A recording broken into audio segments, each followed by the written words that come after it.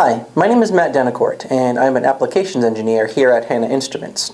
Today I'm going to show you how to set up, calibrate, and operate the HI9147 portable water-resistant dissolved oxygen meter. Now, measuring dissolved oxygen, or DO, is important in a variety of applications, including aquaculture, beverage analysis, wastewater treatment, and water quality. The first thing you want to do when you get your kit is to open it up and make sure everything is present and accounted for. Let's take a look. With the meter kit, you should have received a meter and probe, galvanic electrolyte solution, 2 spare membranes with O-rings, a protective cap, a protective sleeve, 1 mini screwdriver, 3 batteries for the meter, a calibration certificate, an instruction manual, and of course, its rugged carrying case. If you're missing items from the kit or need anything else, you'll want to contact our customer service department. If not, then it's time to set everything up. Setting up a Hanna meter is fast and easy. In just a few simple steps, you'll be on your way to your first measurement. Step 1.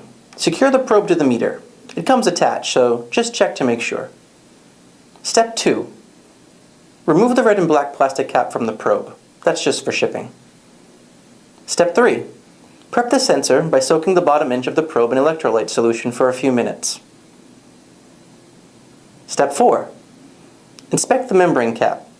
Make sure the membrane isn't damaged and that the rubber O-ring is seated properly inside.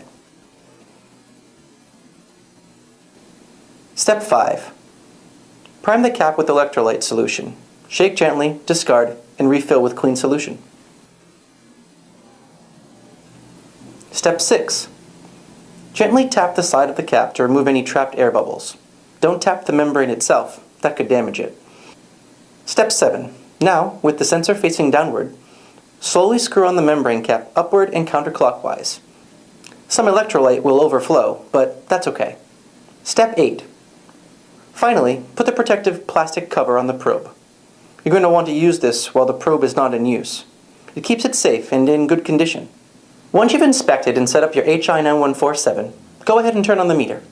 The LCD display will show all of its segments and then indicate the battery life.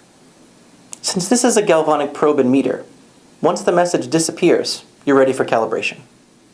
Alright now, let's calibrate. This won't take long at all. It's one simple step involving a 100% water-saturated air calibration.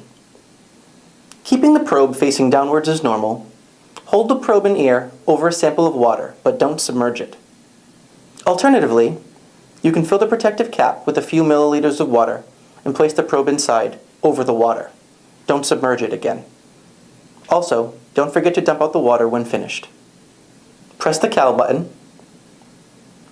Adjust the slope trimmer on the bottom of the meter to 100%. Press cal to confirm the 100% calibration. And now you're done. Be sure to put the protective cap back on in case it'll be a while until your next measurement. Before we go, I'll show you how easy it is to take a measurement. First, you want to make sure that your meter is calibrated. And then, you want to set your units. The reading can be displayed in percent saturation or milligrams per liter, which is parts per million. Press the appropriate button here and here. You can set the temperature display in Celsius or Fahrenheit here. In shady or darker areas, feel free to turn on the backlight using the BL button here. Now, if you are measuring salt water, you will need to press Sal to set your salinity value.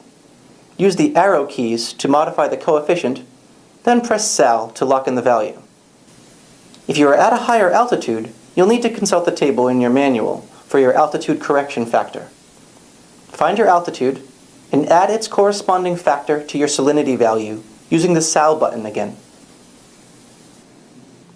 Since this is typically a field meter and we're not in the field, we'll be using a magnetic stir plate to stir our sample. Now, remove the protective cap and immerse the probe in your sample. Remember to submerge the temperature sensor too. That's important. Again, you want this sample to be moving, so swirling or using a stir plate is necessary. The DO and temperature values are displayed on the LCD. And that's how you measure dissolved oxygen using the HI9147 portable water-resistant dissolved oxygen meter. I hope this video has been helpful. If you have any questions, please visit us at hannainst.com.